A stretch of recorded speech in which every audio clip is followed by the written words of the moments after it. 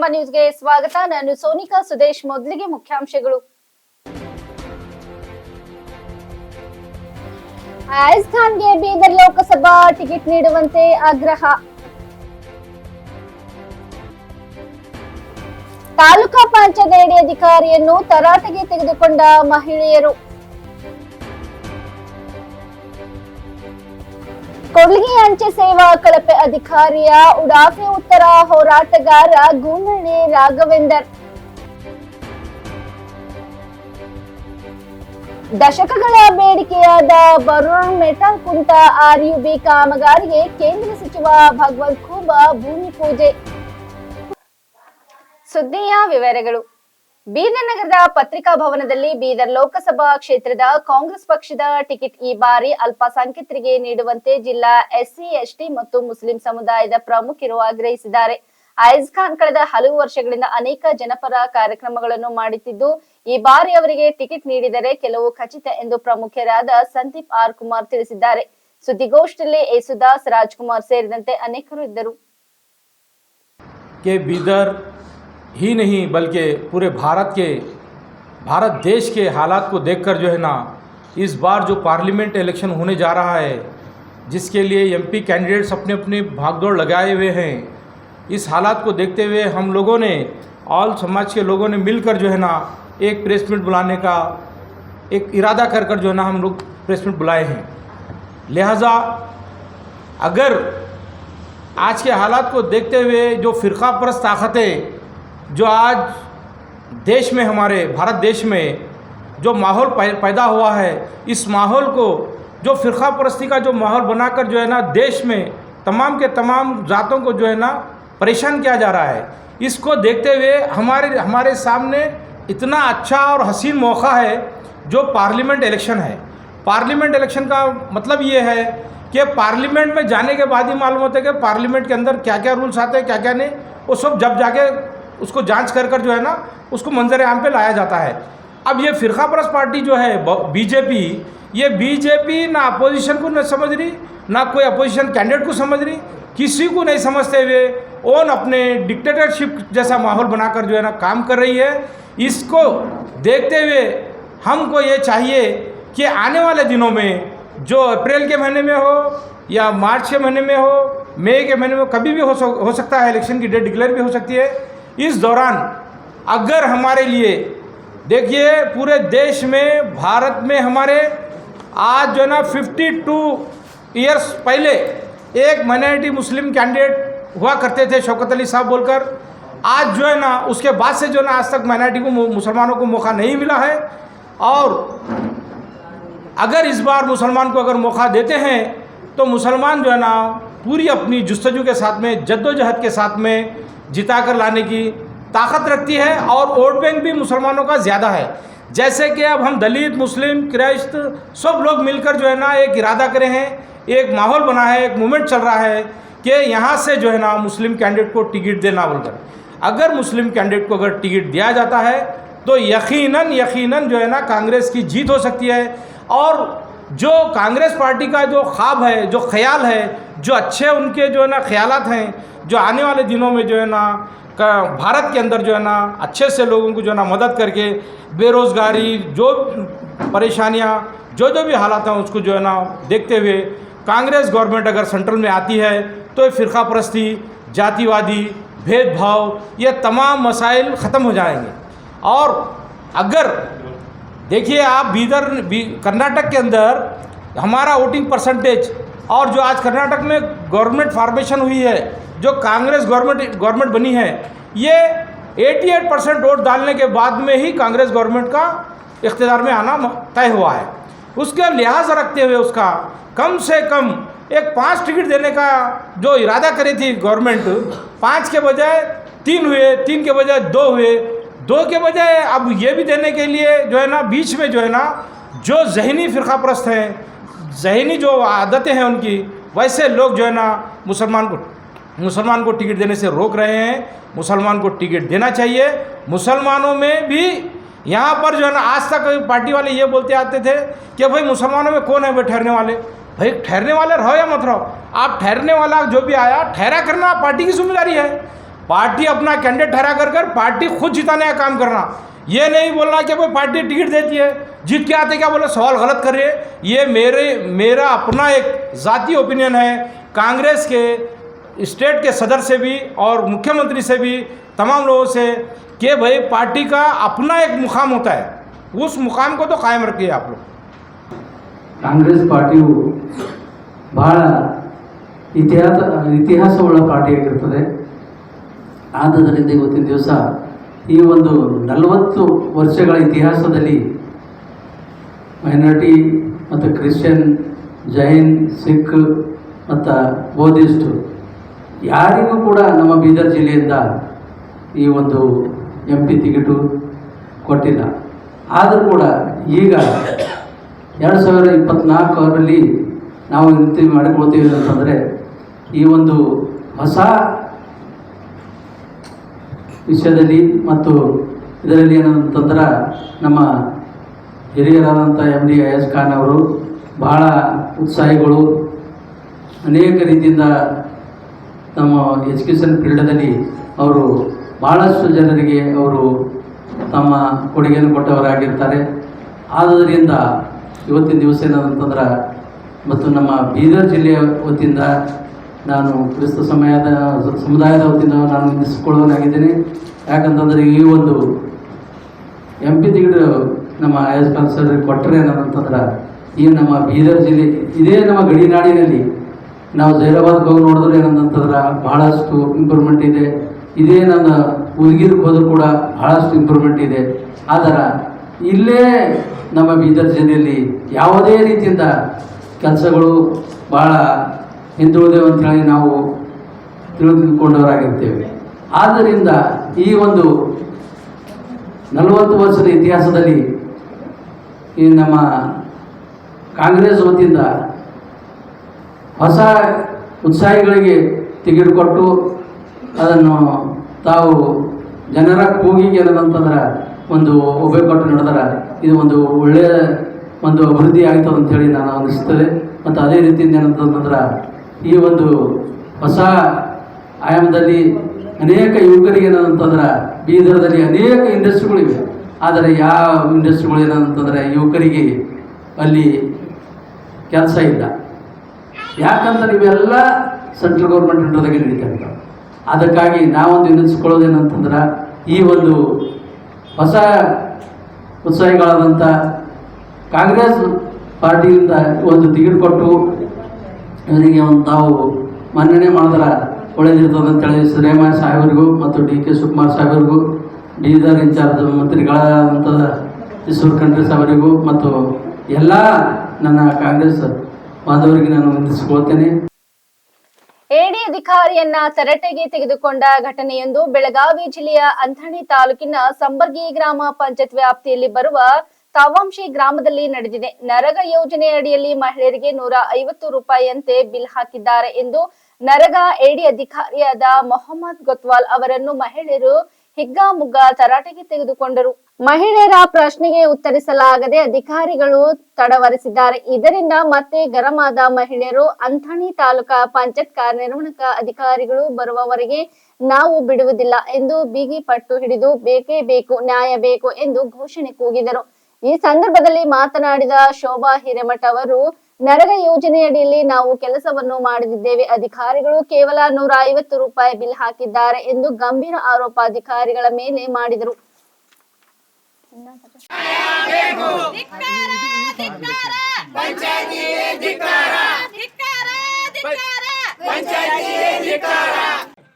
ಒಂದಿನ ಬಿಟ್ರೆ ಮತ್ತೆ ಇದನ್ನ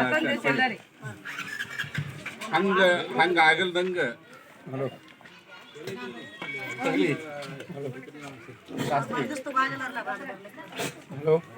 ಬ್ಯಾಸಿಗೆ ಐತಿ, ಜನರಿಗೆ ಕೆಲಸ ಕಂಟಿನ್ಯೂ 3 ತಿಂಗಳು ನಡಿಬೇಕು ಸರ್. 100 ದಿವಸ ಬೇಕ್ರಿ. ನೀವು ಯಾವಾಗ ಒಂದಿನ ಆರಾಮ್ ಇರ್ತೀನಿ ಅಂತೀರಿ ಅವಾಗ ಬಿಟ್ಟು ಉಳ್ಕಿದ ದಿನ ಕೆಲಸ ಕೊಡೋ ಜವಾಬ್ದಾರಿ ನಮ್ದು. ನಮ್ಮಲ್ಲಿ ನಿಮ್ ಕೆಲಸ ಮುಗಿತು, ಕೆಲಸ ಹಂಗಿರುದಿಲ್ಲ. ತಡ್ರಿ ನೀವ ಹೇಳ್ರಿ. ಸರ್ ನಾವು ಎಲ್ರಿ ಸಂಧಿ ತೋಟದವ್ರಿ ಮೈಸೂರು ಬಂದು ಸಂಧಿ ತೋಟ. ಹಾಂ ರೀ. ಆದರೆ ಇದನ್ನು ಸಂಬ್ರಿ ಗ್ರಾಮ ಪಂಚಾಯತಿ ವ್ಯಾಪ್ತಿಯಲ್ಲಿ ಬರುವಂಥ ಸಂಧಿ ಗ್ರಾಮ ಇದ್ದ ಔಷಿ ಗ್ರಾಮ. ಆ ಔಷಿ ಗ್ರಾಮದೊಳಗೆ ಸಂಧಿ ತೋಟ ಐತಿ. ಆ ತೋಟದಾಗ ಒಂದು ಗೌರ್ಮೆಂಟ್ ಸ್ಕೂಲ್ ಐತ್ರಿ, ಸರ್ಕಾರಿ ಹಿರಿಯ ಪ್ರಾಥಮಿಕ ಶಾಲೆ ಸಂಧಿ ತೋಟ ಅಂತ ಹೇಳಿ. ಆ ತೋಟದಾಗ ನೀರಿಲ್ಲ ಸದ್ಯ. ಫಸ್ಟಿಗೆ ಜಾಗ ಕೊಟ್ಟವರು ನಾವೇ, ಇಲ್ಲಿ ತನಕ ನೀರು ಹಾಕಿದವರು ನಾವೇ ಇದ್ರಿ, ಯಾರು ನೀರು ಹಾಕಿಲ್ಲ ಏನಿಲ್ಲ. ಆದರೆ ಇವಾಗ ನೀರು ಏನೈತಿ, ನಮ್ಮಲ್ಲಿ ನೀರು ಬಂದಾಗಿದೆ, ನಮ್ಮಲ್ಲಿ ನೀರಿಲ್ಲ. ಇಲ್ಲ ಅನ್ನೋತ್ನ ನಾನೇನು ಮಾಡಿ ಸಾರ್ವಜನಿಕದ ಬೋರ್ ಅದ ದೇವಸ್ಥಾನ ಮುಂದೆ ಅಲ್ಲಿ ನೀರು ಒಯ್ಯಿ ಹೊತ್ತಿನಾಗ ಅಧ್ಯಕ್ಷರಲ್ಲ ಅವ್ರ ಪತಿ ಮಲ್ಲಿಕಾರ್ಜುನ್ ದಳವಾಯಿ ಅಂತೇಳಿ ಅವ್ರು ಬಂದಕ್ಕಿಂತ ನೀರು ಒಯ್ಯಿ ಬಿಡಂಗಿಲ್ಲ ಅಂತ ಹೇಳಿದ್ರು. ಯಾಕೆ ಒಯ್ಯಿ ಬಿಡಂಗಿಲ್ಲಪ್ಪ ಅಂದ್ರೆ ನೀರು ಒಯ್ಯಿ ಬಿಡಂಗಿಲ್ಲ, ಕಾರಣ ಏನ ಎಲ್ಲರೂ ಒಯ್ತಾರೆ ನಿನ್ನಂಗೆ ಅಂತ ಹೇಳಿದ್ರು. ನಾನು ಹೇಳಿದ್ದೀನಿ ನಿಮ್ಮದೇನಲ್ಲಪ್ಪ ಗೌರ್ಮೆಂಟ್ ಐತಿ, ಸಾರ್ವಜನಿಕ ಆಸ್ತಿ, ಎಲ್ಲರಿಗೂ ಸಾರ್ವಜನಿಕ ಆಗೈತೆ, ನಾನು ವೈಯಕ್ತಿಕ್ಕಿಲ್ಲ ಅಂತ ನಾನು ಹೇಳಿದ್ದೀನಿ. ಅದಕ್ಕೆ ಅವ್ರು ಏನಂತಾರೋ ನೀ ಯಾರಿಗೆ ಕೊಯ್ಲಿ ನಮ್ಗೆ ಗೊತ್ತಿಲ್ಲ, ನಾವು ಕೊಡೋದಿಲ್ಲ ಅಂತ ಹೇಳ್ತಾರೆ, ದಬ್ಬಣಿಗೆ ಹಾಕ್ತಾರೆ. ಇದು ಸರ್ಕಾರಿ ನೀರನ್? ಹಾಂ ಸರ್ಕಾರಿ ನೀರು, ಸಾರ್ವಜನಿಕದ್ದು ದೇವಸ್ಥಾನದ ಐತಲ್ಲ ಆ ನೀರನ್ನು ನಾನು ಒಯ್ತೀನಿ.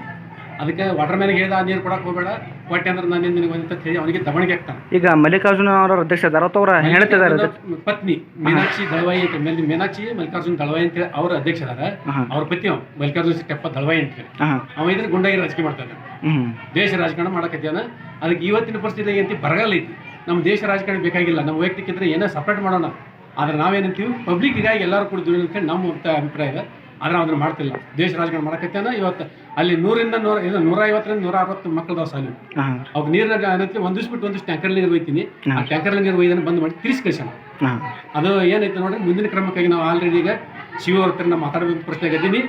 ಅದಕ್ಕೆ ನಾವು ಮುಂದೆ ಹೋಗುವಂಥ ಸ್ಟ್ಯಾನ್ಸ್ಗೆ ಅದನ್ನೇ ಕೆಲ್ಸಕ್ಕೆ ಹೋಗ್ತೀವಿ, 150 ಪಗಾರ ಹಾಕ್ತಾರ ಅವ್ರ. 316 ರೂಪಾಯಿ ಪಗಾರ ಹೋಗಿ 150 ರೂಪಾಯಿ ಪಗಾರ ಹಾಕ್ತಾರು. ನಾವ ಹಾಡ್ತೀವಿ, ನಾವ ತುಂಬ್ತೀವಿ. ನಮ್ಮ ಸ್ಕೇಲ್ ಹಾಕಿ ಕೊಡ್ತಾವ, ನಿಮ್ ಕೆಲಸ ಇಲ್ಲತಾರ 150 ಹಾಕ್ತಿವಿ, 100 ಹಾಕ್ತಿರ್ತಾರು. ಇಂಜಿನಿಯರ್ ಬರ್ತಾನು ಕೆಲಸ ಕೊಡಂಗಿಲ್ಲ, ಕೆಲಸ ಮಾಡ್ಕೊಳಂಗಿಲ್ಲ. ಅಲ್ಲಿ ನೀರು ತಂದು ಕೊಡೋರು ನೀರು, ನಾವ ನೀರು ಒಯ್ದು ನಾವ ತರೋದು, ನಾವ ಬಂದು ಹೋಗೋದ್ರಿ, ಬರೋದು ಮಾಡ್ತೀವಿ. ಅಲ್ಲಿ ಹಜರಿ ಹಚ್ಕೊಳ್ಳೋದು, ಒಬ್ರು ಸೈ ಮಾಡ್ಕೋತಾರ, ಒಬ್ರು ಇಲ್ಲ, ಒಬ್ರು 300 ಪಗಾರ ಹಾಕ್ತಾರ, ಒಬ್ರು 150 ಹಾಕ್ತಾರ. ಮನೆ ಹಾಕ್ತಾರ ಅಂತ ಕಂಪಲ್ಸರಿ 300 ಪಗಾರ ಹಾಕ್ತಾರ. ಹೇಳ್ರಿ, GCP ಹಚ್ತಾರೆ, GCP ಕೆಲಸ ಮಾಡ್ತಾರೆ. ಇಟ್ಟು ಆಯ್ತು ಕೆಲಸ ಆಗಿರ್ತಾರೆ, ಫಂಡ್ ಎಲ್ಲ ಮುಗಿಸ್ಬಿಡ್ತಾರೆ, ತಗೊಂಡ್ಬಿಡ್ತಾರೆ ಅವ್ರ. ನಮ್ಗೆ ಗೌರ್ಮೆಂಟ್ ಕೆಲಸ ಕೊಡಿ, ಸರ್ಕಾರದಾಗ ಕೊಡೋಕೆ ಹೋದ್ರೆ ಅಲ್ಲಿ ಎಲ್ಲ ಫಂಡ ಮುಗ್ದೈತಿ, ಎಲ್ಲಿ ನಿಮ್ಗೆ ಕೆಲಸ ಕೊಡ್ತಾರೆ. ಈಗ JCB ಬಳಕೆಗೆ 300 ರೂಪಾಯಿ ಬಿಲ್ ಹಾಕಿ ನಿಮ್ಗೆ 150 ರೂಪಾಯಿ ಬಿಲ್ ಹಾಕ್ಯಾರ. ಹಿಂಗೆ ಅದಾವ. ಈಗ ಸರ್ ಕೇಳಿ ಏನು ಹೇಳ್ತಾರೆ? ನಾವು ಅದೇ ಹೇಳ್ತೀವಿ ರೀ ಸರ್, ಈಗಿನ ಹಾಕಿದೀವಿ, ಮುಂದಿನ ಹಾಕ್ತಿರ್ತಾರೆ ಅವ್ರಿಗೆ, ನಾವು ಕೇಳೋಣ. ವಿಜಯನಗರ ಜಿಲ್ಲೆ ಕೌಡ್ಲಿಗಿ ಪಟ್ಟಣದಲ್ಲಿರುವ ಪ್ರಧಾನ ಅಂಚೆ ಕಚೇರಿಯಲ್ಲಿ ಸಾರ್ವಜನಿಕರಿಗೆ ಹಾಗೂ ಗ್ರಾಹಕರೊಂದಿಗೆ ಕಳಪೆ ಸೇವೆ ಒದಗಿಸಲಾಗುತ್ತದೆ ಮತ್ತು ಅಂಚೆ ಕಚೇರಿ ಅಧಿಕಾರಿ ಸಾರ್ವಜನಿಕರಿಗೆ ಹಾಗೂ ಗ್ರಾಹಕರ ಪ್ರಶ್ನೆಗಳಿಗೆ ಉಡಾಫೆ ಉತ್ತರ ನೀಡುವ ಮೂಲಕ ಉದ್ದಟನ ತೋರುತ್ತಿದ್ದಾರೆ ಎಂದು ಹೋರಾಟಗಾರ ಗುನ್ನಳ್ಳಿ ರಾಘವೇಂದ್ರ ಆಕ್ರೋಶ ವ್ಯಕ್ತಪಡಿಸಿದ್ದಾರೆ. ಸಂಬಂಧಿಸಿದಂತೆ ಅವರು ಅಂಚೆ ಇಲಾಖೆ ಹುಬ್ಬಳ್ಳಿಯ ವಿಭಾಗೀಯ ಮುಖ್ಯ ಅಂಚೆ ಕಚೇರಿ ಪ್ರಬಂಧಕರಿಗೆ ದೂರಿದ್ದಾರೆ. ಈ ಕುರಿತಾದ ದೂರನ್ನು ಕೊಡ್ಲಿಗಿ ಅಂಚೆ ಕಚೇರಿ ಪ್ರಮುಖರಿಗೆ ಹಕ್ಕುತ್ತಾಯ ಪತ್ರ ನೀಡಿದ್ದಾರೆ. ಅವರು ಹಕ್ಕುತ್ತಾಯ ಪತ್ರದಲ್ಲಿ ಕೊಡ್ಲಿಗಿ ಪಟ್ಟಣದ ಪ್ರಮುಖ ಅಂಚೆ ಕಚೇರಿಯಲ್ಲಿ ಕಳಪೆ ಸೇವೆ ಹಾಗೂ ಅಧಿಕಾರಿಯಿಂದ ಉಡಾಫೆಯ ವರ್ತನೆ ಖಂಡಿಸಿದ್ದಾರೆ. ಅಧಿಕಾರಿ ವಿರುದ್ಧ ಶಿಸ್ತು ಕ್ರಮಕ್ಕೆ ಒತ್ತಾಯಿಸಿದ್ದಾರೆ. ಕಾರ್ಮಿಕ ಮುಖಂಡರಾದ ಗುನ್ನಳ್ಳಿ ರಾಘವೇಂದ್ರ ಮಾತನಾಡಿ, ಇಲಾಖೆ ಕೊಡ್ಲಿಗಿ ಕಚೇರಿಯಲ್ಲಿ 2024ನೇ ಸಾಲಿನ ಜನವರಿ 17, 2, ಫೆಬ್ರವರಿ 24, 1, ಫೆಬ್ರವರಿ 26, 1 ರಿಜಿಸ್ಟರ್ ಪೋಸ್ಟ್ ಮಾಡಿದ್ದು, ಈ ಸಂಬಂಧಿಸಿದಂತೆ 4 ರಸೀದಿಗಳಿಗೆ ಇವರಿಗೂ ಹಿಂಬರಹದ ರಸೀದಿ ಅಥವಾ ತಲುಪಿರುವ ಬಗ್ಗೆ ದೃಢೀಕೃತ ರಸೀದಿ ಬಂದಿರುವುದಿಲ್ಲ. ಈ ಕುರಿತು ಅಂಚೆ ಇಲಾಖಾ ಅಧಿಕಾರಿ ಬಳಿ ವಿಚಾರಿಸಿದ್ದಾರೆ. ಅವರಿಂದ ಉಡಾಫೆಗಳ ಉತ್ತರ ಹಾಗೂ ಅರಿಕೆ ಉತ್ತರ ನೀಡುತ್ತಿದ್ದಾರೆ. ಇದರ ಪರಿಣಾಮ ಖಾಸಗಿ ಕೊರಿಯರ್ಗಳು ನಾಯಿ ಕೊಡಗಳಂತೆ ಹುಟ್ಟಿಕೊಳ್ಳುತ್ತಿವೆ. ಅಂಚೆ ಕಚೇರಿ ಇಲಾಖೆಗಳು ಮುಚ್ಚುವ ಭೀತಿಯಲ್ಲಿವೆ. ಅಂಚೆ ಇಲಾಖೆಯಿಂದ ಸಾರ್ವಜನಿಕರಿಗೆ ಸೇವೆಗಳು ದೊರಕುವಲ್ಲಿ ಕಳಪೆ ನಿರ್ವಹಣೆ ಇದೆ. ಸಾರ್ವಜನಿಕರಿಗೆ ದೊರಕಿಸಬೇಕಾಗಿರುವ ಸೌಲಭ್ಯಗಳನ್ನು ತಲುಪಿಸುವಲ್ಲಿ ಭಾರಿ ಅವ್ಯವಹಾರ, ಅನ್ಯಾಯ ಜರುಗುತ್ತಿದೆ ಎಂದು ಸಾರ್ವಜನಿಕರಿಂದ ಅಸಂಖ್ಯಾತ ದೂರುಗಳನ್ನು ಕೇಳಿ ಬರುತ್ತವೆ. ಸ್ಥಳೀಯ ಅಂಚೆ ಇಲಾಖೆಯ ಸಿಬ್ಬಂದಿಯವರು ಕೂಡ ಸಾರ್ವಜನಿಕರೊಂದಿಗೆ ಸಹಕರಿಸುತ್ತಿಲ್ಲ ಎಂಬ ಗಂಭೀರ ಆರೋಪಗಳಿವೆ. ಕೂಡ್ಲಿಗಿ ತಾಲೂಕು, ವಿಜಯನಗರ ಜಿಲ್ಲೆ, ಕಾರ್ಮಿಕ ಮುಖಂಡ ಗುನ್ನಳ್ಳಿ ರಾಘವೇಂದ್ರ ಅಂತ ಕೂಡ್ಲಿಗಿ ನಮ್ಮದು. ಇವತ್ತು ಪೋಸ್ಟ್ ಆಫೀಸ್ ಕತೆ ಏನಾಗಿದೆಪ್ಪ ಅಂದರೆ, ನಾವೊಂದು ಅರ್ಜಿ ಪೋಸ್ಟ್ ರಿಜಿಸ್ಟರ್ ಮಾಡಿದರೆ ಅದು ಅಟ್ಲಾಜ್ಮೆಂಟ್ ಬರೋಲ್ಲ. ಅಟ್ಲಾಜ್ಮೆಂಟ್ ಬಂದಿಲ್ಲ ಅಂತೇಳಿ ಅಧಿಕಾರಿಗಳಿಗೆ ನಾವು ಫೋನ್ ಮಾಡಿದಾಗ, ಅಲ್ರಿ ನಿಮ್ಗೇನು ಬೇಕು ರೀ, ಅಟ್ಲಾಜ್ಮೆಂಟ್ ಬೇಕಾದಲ್ಲ, ಬರ್ರಿ ಇಲ್ಲಿ ಸ್ಟೇಟ್ಮೆಂಟ್ ತಕ್ಕೊಡ್ತೀವಿ ಅಂತೇಳಿ ಮತ್ತೆ ನಮ್ಮನ್ನು ರಿಪೀಟ್ ಕರೀತಿದ್ದಾರೆ. ಇವತ್ತು ಪ್ರೈವೇಟು ಕೊರಿಯರ್ಗಳು ಏನಾಗ್ಯವಪ್ಪ ಅಂದರೆ, ಅವರು ಹೋಗೋದೊಂದು ಬಾಕಿ, ಹೋಗ್ತಿರಕ್ಕೆ ಇಸ್ಕೊಂಡು ಅವರೆಲ್ಲ ಬರೆದು ಕಳಿಸ್ಬಿಡ್ತಾರೆ. ಅಕ್ಲಾಜ್ಮೆಂಟ್ ಇಲ್ಲಿಗೆ ಆಫೀಸಿಗೆ ತಂದು ಕೊಡ್ತಾರೆ ಅವರು. ಯಾಕೆ ಪೋಸ್ಟ್ ಆಫೀಸು, ಸರ್ಕಾರದಿಂದ ಪೋಸ್ಟ್ ಆಫೀಸಲ್ಲಿ ಈ ರೀತಿ ಆಗ್ತಾ ಇಲ್ಲ ಅಂತ ಅನೇಕ ಯೋಜನೆಗಳು ಸರ್ಕಾರ ತರ್ತದೆ. ಆದರೆ ಅಧಿಕಾರಿಗಳ ನಿರ್ಲಕ್ಷ್ಯದಿಂದ ಈ ಹಳ್ಳಿ ಹಿಡಿಯುವಂಥ ಸಾಧ್ಯತೆಗಳಿದ್ದಾವೆ. ಅಲ್ಲಿ ಆಫೀಸ್ಗಳಿಗೆ ಹೋದರೆ ಅಧಿಕಾರಿಗಳನ್ನು ಕೇಳಿದಾಗ ಹೊರಗೆ ನಡ್ರಿ, ನಾಳೆ ಬರ್ರಿ ಹೋಗ್ರಿ, ನಾಡ್ದ ಬರ್ರಿ ಹೋಗ್ರಿ, 15ನೇ ತಾರೀಕಿಗೆ ಬರ್ರಿ, 16ನೇ ತಾರೀಕಿಗೆ ಬರ್ರಿ, ಅಲ್ಲದಾಡಿಸುವಂಥ ಕೆಲಸಗಳಾಗ್ತವೆ. ಈ ಸರ್ಕಾರದ ಸೌಲಭ್ಯಗಳನ್ನು ಕೊಡುವುದರಲ್ಲಿ ಅಧಿಕಾರಿಗಳು ಕೊಡುವುದರಲ್ಲಿ ಸಂಪೂರ್ಣ ವಿಫಲರಾಗ್ಯಾರನ್ನೋ ನನ್ನ ಭಾವನೆ. ಆದರೆ ನನ್ನ ಆಫೀಸಿಗೆ ಬಂದು, ನನ್ನ CIT ಆಫೀಸಿಗೆ ಬಂದು ಅನೇಕ ಜನರು ಕುಂದು ಕೊರತೆಗಳನ್ನು ಏನ್ರಿ ಅಲ್ಲಿ ನಾಲ್ಸೋದೇ ಇಲ್ಲ ನಮ್ಮನ್ನು, ನಾವು ಯಾವ ರೀತಿ ಅವ್ರನ್ನ ಕೇಳಿದ್ರು ಕೂಡ ಗದರಿಸ್ತಿದ್ದಾರೆ ನಮ್ಮನ್ನು. ಬ್ಯಾಂಕ್ ಬುಕ್ಕ ಚೆಕ್ ಮಾಡಿ ಕೊಡ್ರಿ ಅಂದರೆ ಇಲ್ಲ 15ನೇ ತಾರೀಕಿಗೆ ಬರ್ರಿ, 16ನೇ ತಾರೀಕಿಗೆ ಬರ್ರಿ, ಈಗ ಆಗಲ್ಲ, ನೀವೇನು ಗಂಟು ಕೊಟ್ಟಿರ ನಮಗೆ, ಹೋಗ್ರಿ ಸುಮ್ಮನೆ ಅಂತೇಳಿ ಅವ್ರನ್ನ ತಳ್ಳುತ್ತಿದ್ದಾರೆ. ಸರ್ಕಾರ ಇದು ಗಂಭೀರವಾಗಿ ಪರಿಗಣಿಸಿ ಮತ್ತು ಮೇಲಧಿಕಾರಿಗಳು ಗಂಭೀರವಾಗಿ ಪರಿಗಣಿಸಿ ಇವರ ಮೇಲೆ ಸೂಕ್ತ ಕ್ರಮ ತೆಗೆದುಕೊಂಡು ಸಾರ್ವಜನಿಕರಿಗೆ ಅನುಕೂಲ ಮಾಡಿಕೊಡ್ಬೇಕಂತೇಳಿ ತಮ್ಮಲ್ಲಿ ಕೇಳಿಕೊಳ್ಳುತ್ತೇನೆ. ಈ ರೀತಿ ಆಗದಿದ್ದರೆ ಮುಂದಿನ ದಿನಗಳಲ್ಲಿ ಪೋಸ್ಟ್ ಆಫೀಸ್ ಮುಂದೆ ಧರಣಿ ಕುಂದಿರಬೇಕಾಗುತ್ತೆ. ಇದು ನಾನು ಈ ಮೂಲಕ ಕಟ್ಟಡ ಕಾರ್ಮಿಕ ಮುಖಂಡ ಗುಂಡಳ್ಳಿ ರಾಘವೇಂದ್ರ ಸರ್ಕಾರಕ್ಕಾಗಲಿ ಮತ್ತು ಮೇಲಧಿಕಾರಿಗಳಾಗಲಿ ಎಚ್ಚರಿಕೆ ಕೊಡ್ತಿದ್ದೀನಿ. ದಶಕಗಳ ಬೇಡಿಕೆಯಾದ ಬರೂರ್ ಮೆಟಲ್ ಕುಂಟ ಹತ್ತಿರದ RUB ಕಾಮಗಾರಿಗೆ ಕೇಂದ್ರ ಸರ್ಕಾರ 7.65 ಕೋಟಿ ಮಂಜೂರು ಮಾಡಿದ್ದು, ಈ ಕಾಮಗಾರಿಗೆ ಕೇಂದ್ರ ಸಚಿವ ಭಗವಂತ್ ಖೂಬಾ ಭೂಮಿ ಪೂಜೆ ಕಾರ್ಯಕ್ರಮ ನೆರವೇರಿಸಿದರು. ಕೇಂದ್ರ ಸಚಿವ ಭಗವಂತ್ ಖೂಬಾ ಮಾತನಾಡಿ, ಈ RUB ನಿರ್ಮಾಣದಿಂದ ಈ ಭಾಗದ ಜನರಿಗೆ ಅನುಕೂಲವಾಗಲಿದೆ ಎಂದು ಆಶಿಸುತ್ತೇನೆ ಎಂದರು. ಕಾರ್ಯಕ್ರಮದಲ್ಲಿ ಗ್ರಾಮ ಪಂಚಾಯತ್ ಅಧ್ಯಕ್ಷರಾದ ನರಸಿಂಹ ಚಂದ್ರಶೇಖರ್ ರೆಡ್ಡಿ ಪಾಟೀಲ್, ಮಂಡಲ ಅಧ್ಯಕ್ಷರಾದ ರಾಜರೆಡ್ಡಿ, ದಯಾನಂದ್ ರೆಡ್ಡಿ ಬರೂರ್, ದೀಪಕ್ ಮನ್ನಳ್ಳಿ, ಶಂಕರ್ರಾವ್ ಬಟರ್ಕಿ, ಪಾಂಡುರಂಗ ರೆಡ್ಡಿ, ಗೋಪಾಲ್ ರೆಡ್ಡಿ, ಇಂದ್ರಾ ರೆಡ್ಡಿ, ವಿಲಾಸ್ ರೆಡ್ಡಿ, ಬಲವಂತ್ ರೆಡ್ಡಿ, ರಮೇಶ್, ಸುಧಾಕರ್ ರೆಡ್ಡಿ, ಯಲ್ಲಪ್ಪ, ಪ್ರಶಾಂತ್ ಹಾಗೂ ಸ್ಥಳೀಯ ಮುಖಂಡರು, ಪಕ್ಷದ ಹಿರಿಯರು, ಕಾರ್ಯಕರ್ತರು ಹಾಗೂ ಇತರರು ಉಪಸ್ಥಿತರಿದ್ದರು. कम से कम 50 साल का मांग, इधर 20-25 गांव को, इधर 20-25 गांव को, 70-80 हजार आबादी का गांव को जो मांग थी, वो मांग आज पूरा होने का समय आया और उसका भूमि पूजन का कार्यक्रम भी हुआ है. 10 साल में मेरा कार्यकाल में ऐसे कई समस्याओं को समाधान किया हुआ उदाहरण मैं 100 से ज्यादा मैं दे सकता हूं. 100 से ज्यादा. ये एक बहुत ही उत्तम उदाहरण है. इससे पहले कई लोग आपके वोटों से संसद बना होगा, लेकिन समस्या का समाधान नहीं कर सके. मेरे मतदाता बंधु, ये एक उदाहरण आपको मैं दे रहा हूं. आपका मतों से 2 बार मैं MP होने के बाद लगातार मेरा जिला कोई सुख सुविधाओं से वंचित नहीं होना चाहिए मेरे नागरिक. इसके लिए आज मेरे बीदर जिले से करीब 13 नया ट्रेन इस रास्ते से गुजरते हैं. मेरे जिले के अंदर केवल एकमात्र नेशनल हाईवे था हैदराबाद टू पूना. आज मेरे लोकसभा क्षेत्र के अंदर 12 नेशनल हाईवे का मंजूराती, उसमें से 6 बन चुका है. और बीदर से बेंगलुरु के लिए हवाई जहाज मेरा ही कार्यकाल में हुआ है. बीदर में पासपोर्ट सेवा केंद्र मेरे ही कार्यकाल में हुआ है. बीदर में सीपेट कॉलेज मेरे ही कार्यकाल में हुआ है. बीदर में सैनिक स्कूल अभी हाल ही में उसका भी भूमि पूजन का कार्यक्रम हमने किया है. आज बीदर किस दिशा में भी आप जाओ, सारे के सारे नेशनल हाईवे मोदी जी का कृपा से, मोदी जी का सरकार में मेरा काम करने से हुआ है. आज इधर हमारा बीबी पाटिल TRS में थे कल तक. आज TRS डूबता हुआ नाव है. इसी के लिए हमने उनको विनती किया. तो आज पिछले हफ्ते भारतीय जनता पार्टी में आए भी और दूसरा दिन टिकट भी मिला. और आप सभी का जिम्मेदारी है ये काम मैं और उन्हों और हमारा शासक डॉक्टर शैलेंद्र बेलदड़े तीनों मिलके किया करके आप समझ करके उनको भी वोट देना और मुझे वोट दिलवा देना. ಬೀದರ್ ಲೋಕಸಭಾ ಕ್ಷೇತ್ರಕ್ಕೆ ಬಿಜೆಪಿ ಅಭ್ಯರ್ಥಿಯಾದ ಬೆನ್ನಲ್ಲೇ ಟೆಂಪಲ್ ರೌಂಡ್ ಶುರುವಾಗಿದೆ. ಸ್ಥಳೀಯ ನಾಯಕರ ವಿರೋಧದ ನಡುವೆ ಅಭ್ಯರ್ಥಿಯಾಗಿದ್ದಕ್ಕೆ ಖೂಬಾ ಟೆಂಪಲ್ ರನ್ ಶುರುವಾಗಿದೆ. ತೆಲಂಗಾಣ ರಾಜ್ಯದ ಜಹೀರಾಬಾದ್ನ ಐತಿಹಾಸಿಕ ಸ್ಥಳಕ್ಕೆ ಖೂಬಾ ಭೇಟಿ ನೀಡಿದರು. ಝೇರಾ ಸಂಗಮದ ಸಂಗಮನಾಥ್ ದೇವಸ್ಥಾನ ಹಾಗೂ ರಂಜಿತ್ನಲ್ಲಿರುವ ಸಿದ್ಧಿವಿನಾಯಕ ದೇವಸ್ಥಾನಕ್ಕೆ ಖೂಬಾ ಭೇಟಿ ನೀಡಿದರು. ದೇವಸ್ಥಾನದಲ್ಲಿ ವಿಶೇಷ ಪೂಜೆ ಸಲ್ಲಿಸಿ ಮಲ್ಲಯ್ಯಗಿರಿ ಆಶ್ರಮದ ಬಸವಲಿಂಗ ಅವಧೂತ ಶ್ರೀಗಳಿಗೆ ಭೇಟಿ ನೀಡಿ ಖೂಬಾ ಆಶೀರ್ವಾದ ಪಡೆದರು. ಬಿಜೆಪಿ ಅಭ್ಯರ್ಥಿ ಭಗವಂತ್ ಖೂಬಾರ್ ಅವರು ಜಿಲ್ಲೆಯ ಆಶ್ರಮ ದೇವಸ್ಥಾನಕ್ಕೆ ಭೇಟಿ ನೀಡುತ್ತಿದ್ದಾರೆ. ಬೀದರ್ ನಗರದ ಪಾಪನಾಶ್ ದೇವಸ್ಥಾನ, ಔರದ್ ನಗರದ ಅಮರೇಶ್ವರ ದೇವಸ್ಥಾನಕ್ಕೆ ಭೇಟಿ ನೀಡಿ ಪೂಜೆ ಸಲ್ಲಿಸಿದರು. ಇಲ್ಲಿವರೆಗೆ ಸುದ್ದಿ ಕೊಟ್ಟಿದ್ದು ನಾನು ಸೋನಿಕಾ ಸುದೇಶ್. ಮುಂದಿನ ಸುದ್ದಿಯೊಂದಿಗೆ ಮತ್ತೆ ಭೇಟಿಯಾಗೋಣ. ವಂದನೆಗಳು.